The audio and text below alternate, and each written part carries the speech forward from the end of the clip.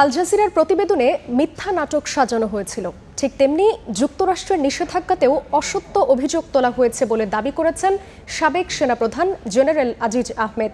তিনি বলেন, দুটি অভিযোগেই তার কোনো সংশ্লিষ্টতা নেই। আন্তর্জাতিক রাজনীতি চলছে কিনা এ বিষয়ে তার কোনো ধারণা নেই জানিয়ে জেনারেল আজিজ বলেন, সরকারি কাজে তিনি এমন কোনো অপরাধ করেননি যার জন্য শাস্তি পেতে হবে। আজকে সকালে জানতে পারি বিষয়টা, আমি এটা দেখেছি, খুবই দুর্ভাগ্যজনক। আমি আমার ভাইদেরকে বাংলাদেশের যে আইন আছে বা অন্যান্য বিষয়টা আছে সেইখান থেকে যাতে ইভেডিং অ্যাকাউন্টেবিলিটি ইন বাংলাদেশ যেটা বলেছে সেটা অ্যাভয়েড করার জন্য আমি আমার পদ পদবি ব্যবহার করে তাকে সহযোগিতা করেছি এবং দুর্নীতি করেছি। আমার এখানে কোনো ইনভলভমেন্ট ছিল না। আমার যে ভাইয়ের কথা সে আল জাজিরাতেও বলেছিল, 2002 সালের পর থেকে কিন্তু সে বাংলাদেশে ছিল না। সামরিক বাহিনীর একটা কন্ট্রাক্ট দেওয়ার ব্যাপারে আমার ভাইকে কন্ট্রাক্ট দিয়ে ঘুষ গ্রহণের অভিযোগ এনে যে আমি করাপশন করেছি। সিগন্যাল ইন্টেলিজেন্স ইউনিট সেটা ক্রয়ের ব্যাপারে যে আমি আমার ভাইয়ের মাধ্যমে কন্ট্রাক্টটা দিয়েছি এবং সেখানে দুর্নীতি করেছি। আমার তো কোনো সম্পৃক্ততাই তো নাই এইটাতে। আমার ভাইকে কোথায় কন্ট্রাক্ট দিব আর আমি ওইটা থেকে ঘুষ নিব? আপনি যদি এই ব্যাপারে এভিডেন্স চান, আমার কাছে সব ডকুমেন্ট আছে, আমি যে কথাগুলো বললাম। তো এটা একটা অবান্তর। আল জাজিরাও এই ধরনের একটা অসত্য একটা অভিযোগ এনেছিল ইকুইপমেন্ট সেনাবাহিনীর ক্রয়ের ব্যাপারে এ ধরনের। এখানে আমি সেটি দেখছি। কেউ যদি প্রমাণ করতে পারে যে আমি আমার কোনো ভাইকে বিজিবিতে 4 বছর ডিজি থাকা অবস্থায় অথবা সেনাপ্রধান হিসেবে 3 বছর আর্মিতে থাকা আর্মি চিফ থাকা অবস্থায় আমি সেনাবাহিনীতে বা বিজিবিতে আমার কোনো ভাইকে কোনো কন্ট্রাক্ট দিয়েছি কিনা, আমি আবারও চ্যালেঞ্জ দিচ্ছি। সাবেক সেনাপ্রধান অবসরপ্রাপ্ত জেনারেল আজিজ আহমেদের সম্পূর্ণ বক্তব্য দেখবেন সময় সংবাদের ইউটিউব ও ফেসবুক পেজে। এর আগে গতরাতে মার্কিন পররাষ্ট্র দফতরের ওয়েবসাইটে এক বিবৃতিতে জানানো হয়, দুর্নীতির সঙ্গে সম্পৃক্ততার অভিযোগে সাবেক সেনাপ্রধান জেনারেল আজিজ আহমেদের ওপর নিষেধাজ্ঞা আরোপ করেছে যুক্তরাষ্ট্র। অবসর নেওয়ার 3.5 বছর পর দুর্নীতির অভিযোগ তুলে বাংলাদেশের সাবেক সেনাপ্রধান অবসরপ্রাপ্ত জেনারেল আজিজ আহমেদ ও তার পরিবারের সদস্যদের ওপর যুক্তরাষ্ট্রে প্রবেশের নিষেধাজ্ঞা দেওয়া হয়েছে। সোমবার মার্কিন পররাষ্ট্র দপ্তরের ওয়েবসাইটে প্রকাশিত এক বিবৃতিতে এ তথ্য জানানো হয়।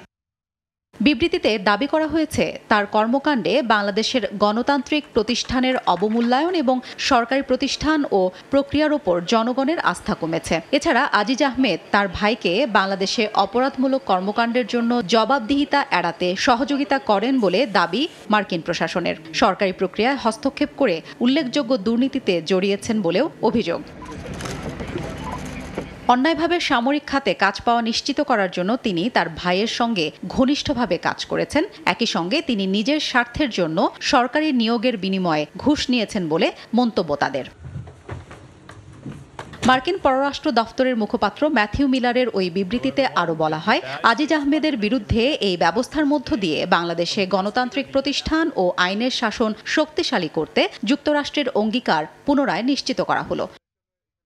হাফসাতুন্নেসা, সময় সংবাদ। এদিকে পররাষ্ট্রমন্ত্রী বলেছেন, যে আইনে স্যাংশন দেওয়া হয়েছিল সেই আইনে জেনারেল আজিজ আহমেদের ওপর অভিযোগ করেনি যুক্তরাষ্ট্র। তারা এ বিষয়ে আগেই বাংলাদেশ দূতাবাসকে জানিয়েছিল বলে জানান তিনি। এদিকে সচিবালয়ে স্বরাষ্ট্রমন্ত্রী জানিয়েছেন, আজিজ আহমেদের নিষেধাজ্ঞা ইস্যুতে বিস্তারিত জেনে কথা বলবেন তিনি। মানবাধিকার লঙ্ঘনের অভিযোগে 2021 সালের ডিসেম্বরে র্যাব এবং তার 7 কর্মকর্তার বিরুদ্ধে নিষেধাজ্ঞা দেয় মার্কিন যুক্তরাষ্ট্র, যা দুদেশের দ্বিপাক্ষিক সম্পর্কে তৈরি করে টানাপোড়েন। 2023 সালের ডিসেম্বরে দেশটি এবার ঘোষণা করে ভিসা নীতি, যেখানে বাংলাদেশের নির্বাচন প্রক্রিয়ায় অযাচিত হস্তক্ষেপ বা প্রভাব বিস্তার করলে ভিসা নীতি প্রয়োগের ঘোষণা দেওয়া হয়।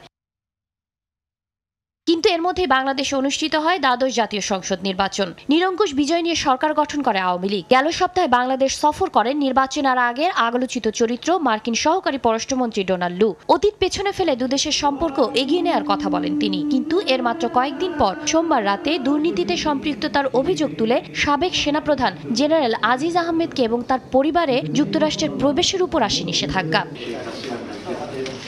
এ নিয়ে মঙ্গলবার ঢাকা রিপোর্টার্স ইউনিটিতে এক অনুষ্ঠানে পররাষ্ট্রমন্ত্রী জানান, বিবৃতি প্রকাশের আগে মার্কিন যুক্তরাষ্ট্রে বাংলাদেশি মিশনকে জানিয়েছিল দেশটি। ভিসা নীতির আওতায় নয়, অন্য আইনে জেনারেল আজিজের উপর নিষেধাজ্ঞা দেওয়া হয়েছে বলেও জানান তিনি। ইউএসএতে আমাদের মিশনকে পাবলিক করার আগে জানানো হয়েছে। তা আমরা মনে করি যে আমরা ইউএসএর সাথে আমরা এঙ্গেজমেন্টের মধ্যে আছি। সেনাবাহিনীর বিষয়ের ক্ষেত্রে আমাদের এই মুহূর্তে কিছু বলতে চাই না, যেহেতু সাবেক সেনাপ্রধান, এটি সেনাবাহিনীর বিষয়। ভিসা নীতি যেটি ঘোষণা করেছিল সেটি হচ্ছে 3C ভিসা পলিসি, অর্থাৎ যে ভিসা নীতি ঘোষণা করা হয়েছিল সেটির অধীনে তাকে ভিসা রেস্ট্রিকশন দেওয়া হয়নি, অন্য অ্যাক্টের অধীনে তাকে ভিসা রেস্ট্রিকশন দেওয়া হয়েছে। দুর্নীতি ইস্যুতে ওয়াশিংটনের সঙ্গে কাজ করে যাচ্ছে বলেও জানান পররাষ্ট্রমন্ত্রী। দুর্নীতির বিরুদ্ধে আমরা শাকিলা শারমিন, সময় সংবাদ, ঢাকা। নিষেধাজ্ঞায় ভর করে নয়, নিজ শক্তিতেই নিরপেক্ষ নির্বাচনের দাবি আদায়ের প্রতি জোর দিলেন বিএনপি মহাসচিব মির্জা ফখরুল ইসলাম আলমগীরের দাবি, দুর্নীতির কারণেই আজিজের ওপর নিষেধাজ্ঞা দেওয়া হয়েছে।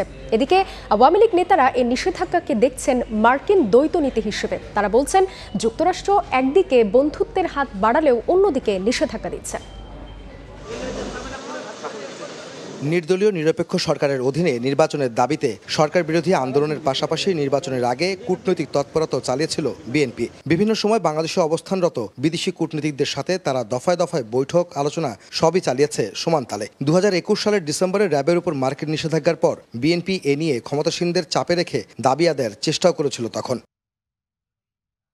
তবে সাবেক সেনাপ্রধান জেনারেল আজিজের উপর সদ্য মার্কিন নিষেধাজ্ঞায় তেমন কোনো প্রতিক্রিয়া না দেখালেও দলীয় কর্মীদের এই বিষয়ে বিভ্রান্ত না হওয়ার আহ্বান জানিয়েছেন বিএনপি মহাসচিব। কোনো নিষেধাজ্ঞা নয়, বরং নিজেদের শক্তিতেই সরকার পতন আন্দোলন ত্বরান্বিত করার বিষয়ে জোর দেন মির্জা ফখরুল ইসলাম আলমগীর। স্যাংশন এসছে, আমি মনে করি যে ওটা হচ্ছে আরেকটা বিভ্রান্ত করা। তো বিভ্রান্ত হচ্ছি আমরা সবসময়। র্যাবের চিফের বিরুদ্ধে তো আসছে, র্যাবের বিরুদ্ধে হয়েছে। আপনার র্যাব সংগঠন হিসেবেই বন্ধ, পুলিশের 9 জন ছিল, তখন তো স্যাংশন হয়েছিল। তাতে কি ওদের সেই ভয়ঙ্কর যাত্রা যেটা, সেই যাত্রা বন্ধ হয়েছে? বন্ধ হয়। এদিকে সাবেক সেনাপ্রধানের উপর মার্কিন যুক্তরাষ্ট্রের দেয়া নিষেধাজ্ঞাকে ভালোভাবে নেয়নি ক্ষমতাসীন দলের নেতারা। তারা বলছেন, মার্কিনীরা বাংলাদেশ নিয়ে দ্বিচারিতা করছে। একদিকে বন্ধুত্বের হাত বাড়ালেও নিষেধাজ্ঞা দিয়ে সে পথ রুদ্ধ করেছে যুক্তরাষ্ট্র। সময় সংবাদকে দেয়া এক সাক্ষাৎকারে এ মন্তব্য করেছেন আওয়ামী লীগের সভাপতি মণ্ডলীর সদস্য অ্যাডভোকেট কামরুল ইসলাম। একটা কথা বলে না যে মার্কিন যুক্তরাষ্ট্র যাদের বন্ধু তাদের শত্রুর দরকার নাই, এই হচ্ছে মার্কিন যুক্তরাষ্ট্র। কাজেই জেনারেল আজিজকে হঠাৎ, একটা সেনাবাহিনীর প্রধানকে হঠাৎ করে নিষেধাজ্ঞা দেওয়া, এটা কোন নীতিতে পড়ে? তারপর আবার বাংলাদেশের তাদের বন্ধুত্ব করতে চায়। যে সমস্ত দেশ গণতন্ত্র, মানবাধিকার সব ক্ষেত্রেই একটা প্যারামিটার ভালোর দিকে যায়, সেইখানেই তারা এইরকম দ্বৈত নীতি অবলম্বন করে। তার মতে বৈদেশিক নীতির ক্ষেত্রে সবসময় নিজেদের স্বার্থে অনড় থাকে যুক্তরাষ্ট্র। তাদের দেশে তো আসলে মানবাধিকার নাই। আহমেদ সালেহিন, সময় সংবাদ, ঢাকা। এদিকে স্বরাষ্ট্রমন্ত্রী জানিয়েছেন, জেনারেল আজিজ আহমেদের নিষেধাজ্ঞা ইস্যুতে বিস্তারিত জানেন না তিনি। দুপুরে সচিবালয়ে একথা বলেন তিনি। আমেরিকান সরকার কিন্তু অনেক দেশে, অনেক পার্সোনাল লেভেলেও এই ধরনের নিষেধাজ্ঞা দিয়েছেন, অনেক দেশে দিয়েছে। কাজে এটা তাদের জন্য নতুন কিছু নয়। আমাদের যাকে দিয়েছেন, এটা আমাদের কাছে এখনো সঠিকভাবে আমাদের কাছে আসে নাই। অন্য প্রসঙ্গ, দেশের 156টি উপজেলা পরিষদে একযোগে ভোট গ্রহণ চলছে। দ্বিতীয় ধাপের এই নির্বাচনে 24টি উপজেলায় হচ্ছে ভোট ইভিএমে, বাকিগুলো ব্যালটে। এদিকে কেন্দ্রে নতুন ভোটার সহ বয়স্ক ও নারীদের উপস্থিতি ছিল চোখে পড়ার মতো।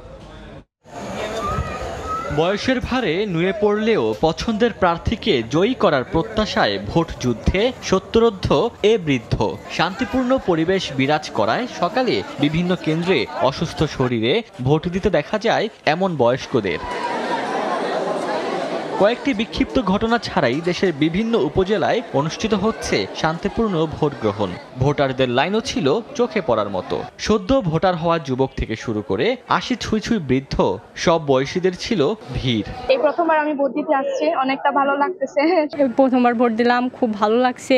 ভোটের পরিবেশও খুব সুন্দর। অস্ট্রেলিয়া সিডনিতে থাকি, আসলে আমি আসছি এই ভোট দেওয়ার জন্যই। অনেক মেশিনে দেয়নি, এইবার বছর মেশিনে দিছি, ভালোই হয়েছে। সুষ্ঠুভাবে ভোট দিয়ে চলে আসি। আমার ভোট আমি দিয়েছি, যাকে খুশি তাকে দিয়েছি। আমার আশা আছে আমার প্রার্থীর পাস করব। ভোটযুদ্ধে পিছিয়ে নেই পাহাড়ি জনপদ, ক্ষুদ্র নৃগোষ্ঠীদের দীর্ঘ লাইন দেখা যায় খাগড়াছড়ি ও রাঙামাটিতেও। আমার পছন্দ, আমার যাকে ভোট ইচ্ছে করেন তাকে ভোট দেব। এদিকে ভোট নির্বিঘ্ন করতে নির্বাচন কমিশন ও প্রশাসনের পক্ষ থেকে ছিল কঠোর নিরাপত্তা। প্রত্যেকটা কেন্দ্র এবং প্রত্যেকটা এলাকাতে যেন সুস্থ এবং একটি সুন্দর শান্তিপূর্ণ ভোট যাতে অনুষ্ঠিত হয় সেই লক্ষ্যে আমরা পর্যাপ্ত আইন শৃঙ্খলার লোক আমাদের বাহিরে আছে। কোনো রকম কোনো অপ্রীতিকর কোনো ঘটনার কোনো তথ্য আমরা পাইনি এখন পর্যন্ত, এবং একটা উৎসবমুখর পরিবেশ চলছে। দ্বিতীয় ধাপে 156টির মধ্যে 24টি উপজেলায় ইভিএম এবং বাকি উপজেলাগুলোতে ব্যালট পেপারের মাধ্যমে ভোট গ্রহণ চলছে। ওমর ফারুক, সময় সংবাদ। ভোটের খবর জানাতে এই মুহূর্তে সিলেটের জৈন্তাপুর উপজেলায় আছেন রিপোর্টার ইকরামুল কবির এবং চট্টগ্রামের ফটিকছড়িতে আছেন রিপোর্টার পার্থপ্রতিম বিশ্বাস। সরাসরি প্রথমেই যাচ্ছে ইকরামের কাছে। আমি এই মুহূর্তে আছি সিলেটের জৈন্তাপুর উপজেলায় এবং জৈন্তাপুর উপজেলার সরকারি উচ্চ বিদ্যালয় কেন্দ্রে। এই কেন্দ্রের মধ্যে দুটি কেন্দ্রই এই জায়গার মধ্যে অবস্থিত এবং প্রায় সব মিলে 5100 ভোটার রয়েছেন এই দুই কেন্দ্রে। এবং এই পর্যন্ত দুটা পর্যন্ত যেই তথ্য আমাকে দিয়েছে প্রিজাইডিং অফিসার, প্রায় 30% ভোট ইতিমধ্যে ভোটাররা তাদের ভোটাধিকার প্রয়োগ করেছে, 30% ভোট। এই কেন্দ্র সহ জৈন্তাপুরে 1,34,611 জন ভোটার রয়েছেন এবং তার মধ্যে 69,957 জন পুরুষ এবং 64,653 জন নারী এবং একজন তৃতীয় লিঙ্গের ভোটার রয়েছে। 46টি কেন্দ্র রয়েছে এই জৈন্তাপুর উপজেলায়, আমাকে জানিয়েছেন সহকারী রিটার্নিং কর্মকর্তা উম্মে সালিক রুমাইয়া।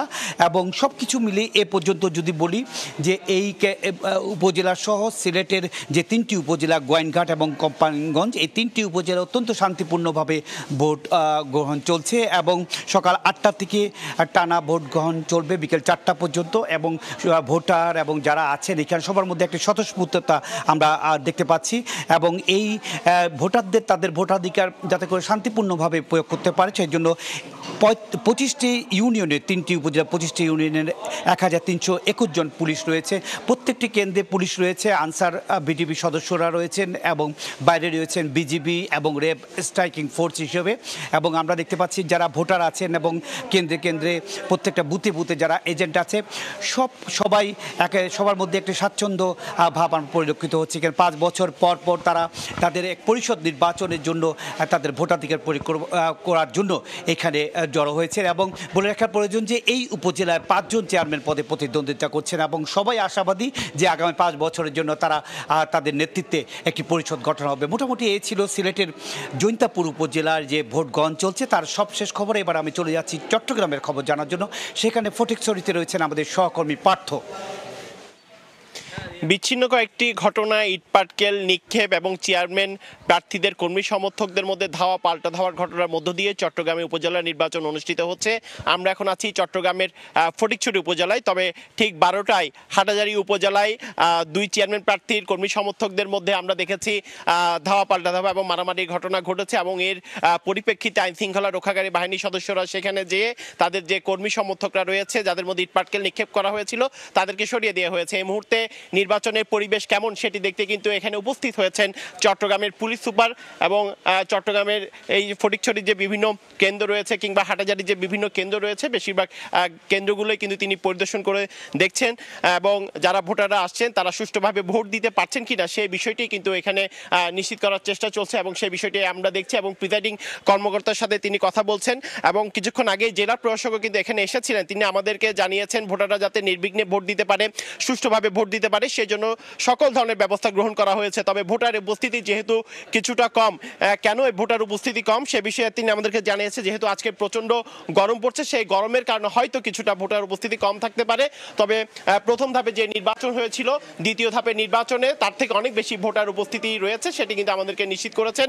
এবং আমরা দেখছি সকালে ভোটার উপস্থিতি কম থাকলেও বেলা যত বাড়ছে সেই বেলা বাড়ার সাথে সাথে কিন্তু ভোটার উপস্থিতিও কিন্তু যে কেন্দ্রগুলো রয়েছে সেই কেন্দ্রগুলোতে বাড়ছে। এবং আমরা যে কেন্দ্রটিতে আছি আছি, এটি ফটিকছড়ি ডিগ্রি কলেজ। এখানে কিন্তু মহিলা ভোটার যেমন রয়েছে, পুরুষ ভোটারও কিন্তু আলাদা কেন্দ্র রয়েছে এবং মহিলা ভোটারের ক্ষেত্রে সেক্ষেত্রে 3000-এর মতো ভোটার রয়েছে। আমরা প্রায় 2 ঘন্টা আগে যখন তথ্য নিয়েছিলাম তখন এখানে 400 থেকে 450 মহিলা ভোটার ভোট দিয়েছে, তবে এখন সেটি প্রায় 700-র মতো মহিলা ভোটার এখানে তাদের যে ভোট সেটি প্রদান করেছে। আরও যেহেতু 2 ঘন্টা বাকি রয়েছে ভোটের, সেক্ষেত্রে যাতে যারা ভোটাররা রয়েছে সুষ্ঠুভাবে ভোট প্রদান করতে পারে এবং আইন শৃঙ্খলা রক্ষাকারী বাহিনীর সদস্যরাও কিন্তু সবাই এখানে আছেন।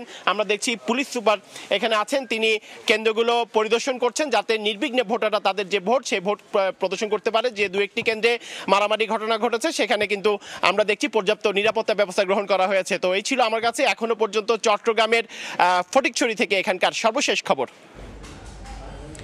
সরাসরি ছিলাম চট্টগ্রামে, তার আগে ছিলাম সিলেটে।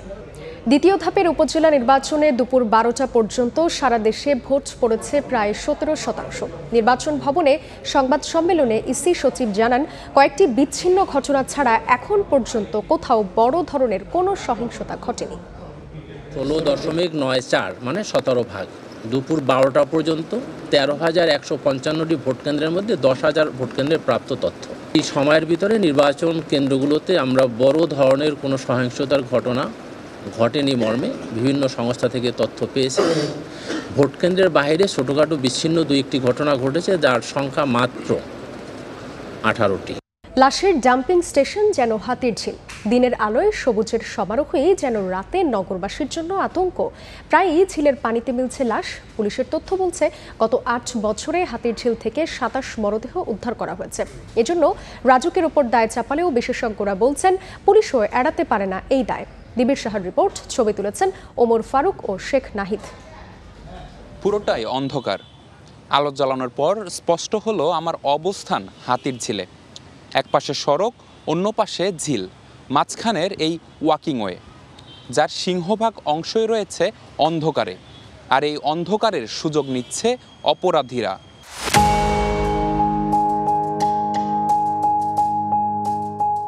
বছর কয়েক আগে গভীর রাতে হাতির ঝিল হয়ে বাড়ি ফেরার সময় লোমহর্ষক অভিজ্ঞতার মুখোমুখি হন এ সিএনজি চালক। দুইটা লোক একটা বস্তা টাইনে নিয়ে ফালাই দিল, তো বস্তাটা ফালাইলো, বস্তাটা অনেক ভারী মনে হয়েছিল, তো ভয়ে আর সামনে যাই নাই। আর চোখের সামনে অনেক কিছুই দেখেছেন সিএনজি চালক শাহ আলম। বেশিরভাগ মাইকু দিনে গাড়ি দিনে ওই সাইডে ফেলাইছে জায়গা। রাত যতই বাড়ে ফাঁকা হতে শুরু করে হাতির ঝিল। সড়ক বাতিগুলো যেন এক প্রকার অকার্যকর, আর ওয়াকিংওয়ে গুলো যেন এক অন্ধকার জগৎ। রাতে 3টা বাজে এই সীমানটা আইতাম নছিলাম ওই রামপুরা কোনার মধ্যে, এখানে সিএনসি আটকাইছে ফলাফাইনি। যখন আর্মিদের নিয়ন্ত্রণে ছিল হাতির ঝিল, ওই সময় অনেক সিকিউর ছিল। ছোট বাচ্চা কাচ্চা ফালাইয়া দেয়, পলিথিন ফেসাইয়া, দেখা গেছে যে নারী বুড়ি সুদ দেয়, চোখ ফুড়ে না, মুখ ফুড়ে না। হাতির ঝিল এবং বাড্ডা থানার পরিসংখ্যান বলছে গত 8 বছরে হাতির ঝিল থেকে মরদেহ উদ্ধার হয়েছে 27টির বেশি। গত 8 মাসেই উদ্ধার লাশের সংখ্যা 8টি। সব মিলিয়ে স্থানীয়রা বলছেন যেন লাশের ডাম্পিং স্টেশন হয়ে উঠেছে হাতির ঝিল। ক্যামেরাগুলো উপরে লাগানো, অনেক উপরে, যার কারণে জুম করলে অনেক সময় কাছাকাছি কোনো জিনিস অস্পষ্টতা আসে আর কি। অভিযোগের সত্যতা স্বীকার করে রাজধানী উন্নয়ন কর্তৃপক্ষের আশ্বাস, আলোচনা করে সমস্যা সমাধানের। পুলিশের কথা যেহেতু রেফারেন্স বলেছেন, আমরা তাদের সাথেও আবার কথা বলে সমন্বয় করে কোথাও স্থাপন করলে ভালো হবে। ডেফিনেটলি আমরা আপনাদের এই প্রস্তাবটা নিয়ে ওনাদের সাথে সমন্বয় করে আমরা কাজ করব ইনশাল্লাহ। যদিও অপরাধ বিশেষজ্ঞরা দুই পক্ষেরই গাফিলতি দেখছেন। হাতির ঝিল তারা তৈরি করে দিলেন, আর এখন যারা এটি নিয়ন্ত্রণ অথবা দেখভাল করছেন, তাহলে কি যারা তৈরি করে দিলেন তারা ছাড়া এটি দেখভাল করা যথাযথভাবে হবে না, এরকম একটা বাস্তবতা দাঁড়িয়ে যাচ্ছে কিনা। সংশ্লিষ্টদের সদিচ্ছা এবং যৌথ উদ্যোগ না নিলে হাতির ঝিলে অপরাধ কমানো সম্ভব নয় বলে মত বিশেষজ্ঞদের। নিবিড় সাহা, সময় সংবাদ, ঢাকা। স্বাস্থ্য অধিদপ্তরের কাছে ঢাকা দক্ষিণ সিটির 75টি ওয়ার্ডের ডেঙ্গু রোগীর তথ্য আলাদা করে চেয়েছেন মেয়র শেখ ফজলে নূর তাপস। সকালে নগর ভবনে ডেঙ্গু ও চিকুনগুনিয়া প্রতিরোধে মতবিনিময় সভায় একথা বলেন তিনি। স্বাস্থ্য অধিদপ্তর আমাদেরকে সহযোগিতা করে থাকে রোগীর ঠিকানা দিয়ে, রোগীর তথ্য দিয়ে, কিন্তু এই ক্ষেত্রে আমাদেরকে সুনির্দিষ্ট ঢাকা দক্ষিণ সিটি কর্পোরেশনের এলাকার 75টা ওয়ার্ডের যে বসবাসকারী তাদের ঠিকানা আমাদেরকে দিতে হবে। আমাদের প্রধান কাজটা হলো জমা পানি সরিয়ে ফেলা। দ্বিতীয় কাজ হলো লার্ভিসাইডিং করে পুরো এলাকাটাকে এই লার্ভা মুক্ত করা। তৃতীয় কাজ হলো তার সচেতনতার জন্য সে যদি পুনরায় বারবার যদি হ্যাবিচুয়াল যদি হয়, সে বারবার একই কাজই করছে, তাহলে তাকে জরিমানা দিয়ে সচেতন করা। রুশ ইউরেনিয়াম আমদানিতে মার্কিন নিষেধাজ্ঞা উদ্বেগ জাগাচ্ছে বাংলাদেশের জন্য। অতীতে দেখা গেছে মার্কিন নিষেধাজ্ঞা প্রভাবিত করে অন্য দেশকেও। তবে বিশ্লেষকরা মনে করেন নিজেদের কৌশলী কূটনীতির ওপর নির্ভর করছে সবকিছু। ফারুক ভূঁইয়া রবিনের রিপোর্ট। বহু বাধা পেরিয়ে রূপপুর পারমাণবিক বিদ্যুৎ কেন্দ্র যখন পরীক্ষামূলক উৎপাদনে যাওয়ার দ্বার প্রান্তে, তখন পারমাণবিক জ্বালানি ইউরেনিয়ামের স্বাভাবিক প্রাপ্যতা নিয়ে উঁকি দিচ্ছে নতুন উদ্বেগ। আর এই উদ্বেগের নেপথ্যে রুশ ইউরেনিয়াম যুক্তরাষ্ট্রে আমদানিতে নিষেধাজ্ঞা জারি করে প্রেসিডেন্ট জো বাইডেনের সাম্প্রতিক এক আদেশ। কারণ নিজেদের নিষেধাজ্ঞা নানাভাবে অন্য দেশের ওপর চাপিয়ে দেওয়ার বহু নজির রয়েছে যুক্তরাষ্ট্রের। জলজলে উদাহরণ আছে রূপপুরের বেলায়ও। 2022 সালের ডিসেম্বরে রূপপুরের মালামাল নিয়ে এলেও রুশ জাহাজ উরসা মেজর বাংলাদেশের বন্দরে ভিড়তে পারেনি কেবল মার্কিন নিষেধাজ্ঞার কারণে। সে বছর রাশিয়া স্বল্প মূল্যে জ্বালানি তেল সরবরাহের প্রস্তাব দিলেও সে সুযোগ বাংলাদেশ নিতে না পারার অন্যতম কারণ ছিল একই শঙ্কা। যদিও নিয়মিতই রুশ জ্বালানি তেল আমদানি করছে প্রতিবেশী ভারত, আর এটিকেই উদাহরণ হিসেবে নিয়ে সমাধানের উপায় বাতলে দিচ্ছেন কূটনীতিকরা। আমাদের শিক্ষণীয় বিষয় হিসেবে একটা দৃষ্টান্ত ভারত যেভাবে কাজটা করেছে, যেহেতু আমার জ্বালানি নিরাপত্তার খুব জরুরি একটা উপাদান হচ্ছে নিউক্লিয়ার পাওয়ার প্ল্যান্ট। আমার অভিজ্ঞতার আলোকে যেটুকু বলবো, আমরা যদি যুক্তিসঙ্গতভাবে তাদের সাথে এই ব্যাপারে যুক্ত হতে পারি, তাহলে সেই ওয়েভারটা পাওয়াটা খুব একটা অসুবিধা হবে বলে আমার কাছে মনে হয়। এখন এখানে নির্ভর করে আমি কূটনৈতিকভাবে কতটা যুক্তি দিয়ে তাদেরকে আমরা বোঝাতে পারছি। তবে যদি মার্কিন নিষেধাজ্ঞার গ্যাড়াকলে আটকেই যায় রাশিয়া থেকে ইউরেনিয়াম আমদানি, তখন কি উপায়? মোটামুটি এভাবেই ডেসক্রিপশনটা তৈরি করা হয়েছে, যাতে করে যদি ইন কেস ইভেন রাশিয়াও তো বন্ধ করে দিতে পারে। ইন দ্যাট কেস তাহলে কি আমাদের রিঅ্যাক্টর যে 80 বছর চলার কথা বা 60 বছর চলার কথা সেটা বন্ধ হয়ে যাবে। Then we can import fuel from other countries. আমাদের আশেপাশে তো অনেক আছে, why not China, why not Japan. বিশ্বজুড়ে 35% ইউরেনিয়ামের যোগানদাতা রাশিয়ার রাষ্ট্রায়ত্ত পরমাণু শক্তি সংস্থা রোসাটম বলছে মার্কিন নিষেধাজ্ঞা ব্যাহত করবে বৈশ্বিক পরমাণু শিল্পের স্থিতিশীলতা। ফারুক ভূঁইয়া রবিন, সময় সংবাদ, ঢাকা। ঘাটতি মেটাতে আসছে বাজেটে ব্যাংক খাত থেকে ঋণ নেওয়া হবে প্রায় 1.5 লাখ কোটি টাকা, যা সম্ভাব্য মূল বাজেটের 5 ভাগের 1 ভাগ। ব্যবসায়ীরা বলছেন ব্যাংক ঋণ নয়, রাজস্ব বাড়াতে জোর দিতে হবে। কাজল আব্দুল্লাহ রিপোর্ট। একটি পরিবারের আয় যতটা, তার চেয়ে বেশি ব্যয় হলেই ঋণমুখী হতে হয়। ঠিক একই রাষ্ট্রের আয় ও ব্যয় ব্যবস্থাপনার চিত্র। ব্যয় অনুযায়ী অভ্যন্তরীণ রাজস্ব আয় না থাকায় লক্ষ্য পূরণে প্রতি বছর সরকার ঋণ নেয় বিদেশি দাতা সংস্থা ও ব্যাংক থেকে। চলতি অর্থ বছর ব্যাংক খাতে ঋণের লক্ষ্য ছিল 1,32,000 কোটি টাকা, আর আসন্ন 2024-25 অর্থ বছরে রাজস্ব আদায়ের পাশাপাশি ব্যাংক খাত থেকেও ঋণের লক্ষ্যমাত্রা রয়েছে সম্ভাব্য 1.5 লাখ কোটি টাকা। যারা ঋণ নিয়ে কর্মসংস্থান তৈরি করবেন তাদের মত, বাড়তি ঋণ চাপে ফেলবে ব্যবসা বাণিজ্যে। আসন্ন বাজেটে যে ঘাটতি পূরণগুলোর একমাত্র কায়দা হচ্ছে যে রাজস্ব আদায় আমাদের বাড়াতে হবে।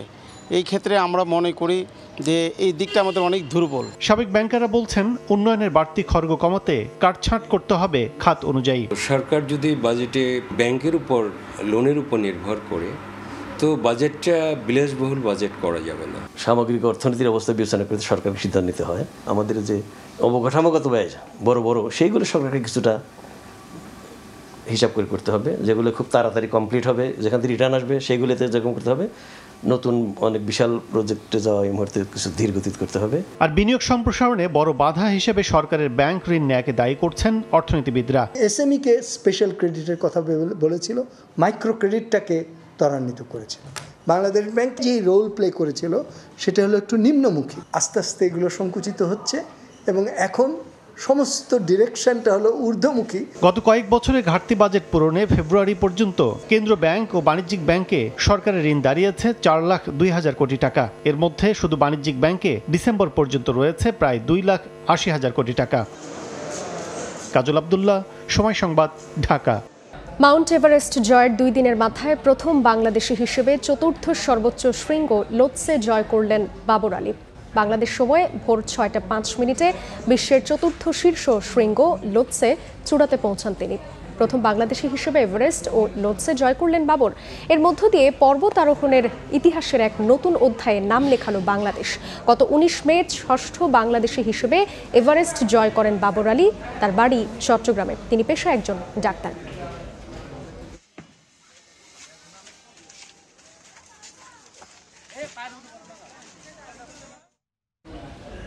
পবিত্র হজ পালনে বিশ্বের নানা প্রান্ত থেকে সৌদি আরবে জড়ো হচ্ছেন হাজার হাজার মুসল্লি। বান্দার সঙ্গে রবের সেতু বন্ধনের মাধ্যম হজ। সঠিকভাবে হজ পালন করতে তাই নিয়ম কানুন জানা জরুরি। বিস্তারিত জানাচ্ছেন আব্দুল্লাহ তামিম।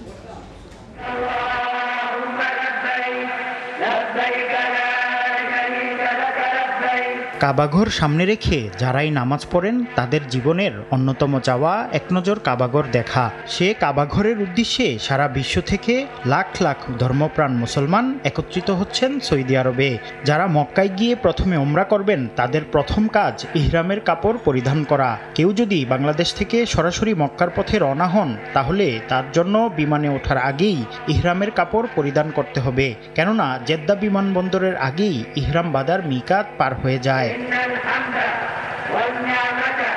ইহরামের কাপড় পরিধান করা উমরার দুটি ফরজের একটি, যা পালন না করলে উমরা আদায় হবে না। ইহরামের কাপড় পরিধানের সময় উমরার নিয়ত করতে হবে। এরপর থেকে উমরা আদায়কারীরা তালবিয়া পড়া শুরু করবেন। লাব্বাইক আল্লাহুম্মা লাব্বাইক, লাব্বাইক লা শারীকা লাকা লাব্বাইক, ইন্নাল হামদা ওয়ান নি'মাতা লাকা ওয়াল মুলক লা শারীকা লাক। হে আল্লাহ, আমি তোমার দরবারে হাজির, আমি তোমার কাছে উপস্থিত, আমি হাজির, তোমার কোনো অংশীদার নেই। আমি তোমার দরবারে হাজির, নিশ্চয় সকল প্রশংসা ও নিয়ামত সামগ্রী সবই তোমার, রাজত্বও তোমার, তোমার কোনো অংশীদার নেই। ইহরাম বাঁধার পর উমরার দ্বিতীয় ফরজ হলো বাইতুল্লাহ শরীফের তাওয়াফ করা। মক্কায় পৌঁছে পবিত্রতা অর্জন করে হাজরে আসওয়াদ বরাবর জায়গা থেকে তাওয়াফ শুরু করতে হয়। উমরার ওয়াজিব দুটি, সাই করা ও মাথা মুন্ডানো। প্রথমে সাফা মারওয়ায় আরোহণ করে হাত তোলে উমরা আদায়কারীরা দোয়া করবেন। এরপর মারওয়া পাহাড়ের দিকে রওনা হবেন। এভাবে 7 বার আরোহণ করে মারওয়া পাহাড়ে এসে সাই শেষ করতে হবে। মুফতি আব্দুল্লাহ তামিম, সময় সংবাদ। খেলার খবর। আজ শুরু হচ্ছে বাংলাদেশের বিশ্বকাপের ড্রেস রিহার্সাল। স্বাগতিক যুক্তরাষ্ট্রের বিপক্ষে 3 ম্যাচ সিরিজের প্রথম টি20তে মুখোমুখি হবে টাইগাররা। এই সিরিজ দিয়েই সেরা একাদশ বাছাইয়ের কাজ শেষ করার কথা চন্ডিকা হাথুরু সিংহের। হিউস্টনের প্রেরি ভিউ ক্রিকেট কমপ্লেক্সে ম্যাচ শুরু হবে রাত 9টায়।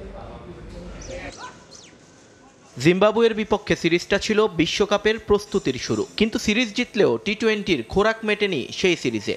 উল্টো শান্তলিনন্দের ফর্মহীনতা দুশ্চিন্তায় ফেলে দেয় টিম ম্যানেজমেন্টকে। ট্রু উইকেটে বোলাররাও খাবি খান প্রতিপক্ষকে আটকাতে। যদিও টিম ম্যানেজমেন্ট কখনোই মানতে চায়নি সে শঙ্কার কথা, বরং আত্মবিশ্বাসের বুলিয়া উড়ে গেছেন সব সময়। এবার পরীক্ষার পালা। হিউস্টনের প্রেরি ভিউ ক্রিকেট কমপ্লেক্সে যুক্তরাষ্ট্রের বিপক্ষে নামার আগে 2টো অনুশীলন সেশন পেয়েছে টাইগাররা। সেখানেই শিষ্যদের শেষবারের মতো ঝালিয়ে নিয়েছেন কোচিং প্যানেলের সদস্যরা। এই সিরিজ থেকে মূলত বিশ্বকাপের উইকেট এবং কন্ডিশনের সঙ্গে মানিয়ে নেওয়াটাকেই বড় চ্যালেঞ্জ হিসেবে দেখছে লাল সবুজ ম্যানেজমেন্ট। 3 ম্যাচেই পরীক্ষা নিরীক্ষা করবে টিম বাংলাদেশ। প্রথম ম্যাচে আরও একবার ওপেনিংয়ে ফিরতে পারেন লিটন দাস। তানজিদ তামিমকে বিশ্রাম দিয়ে সৌম্যর সঙ্গে তার জুটিটাকেও বাজিয়ে দেখবেন হাথুরু। সঙ্গে শান্তর একটা ভালো ইনিংসেরও অপেক্ষায় তারা।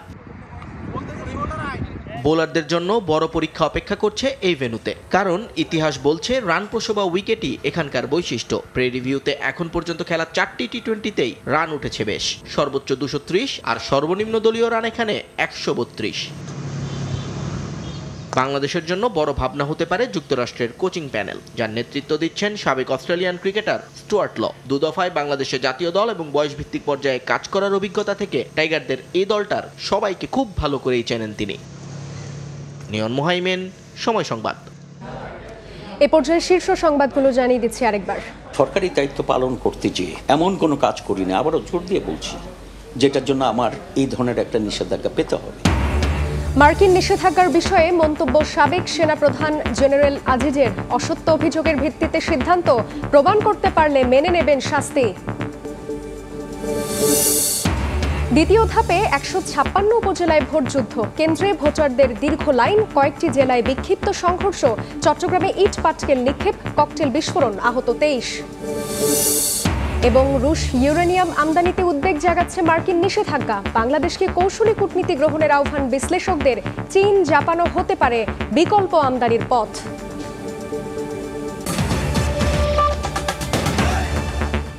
এই ছিল দুপুরের সময়, এরপর বিভাগীয় সময়ে সঙ্গে থাকবেন মার্জিয়া শ্রেয়া। ধন্যবাদ সাদিয়া। বিভাগীয় সময় নিয়ে ফিরছি কিছুক্ষণ পর, সঙ্গেই থাকুন সময়।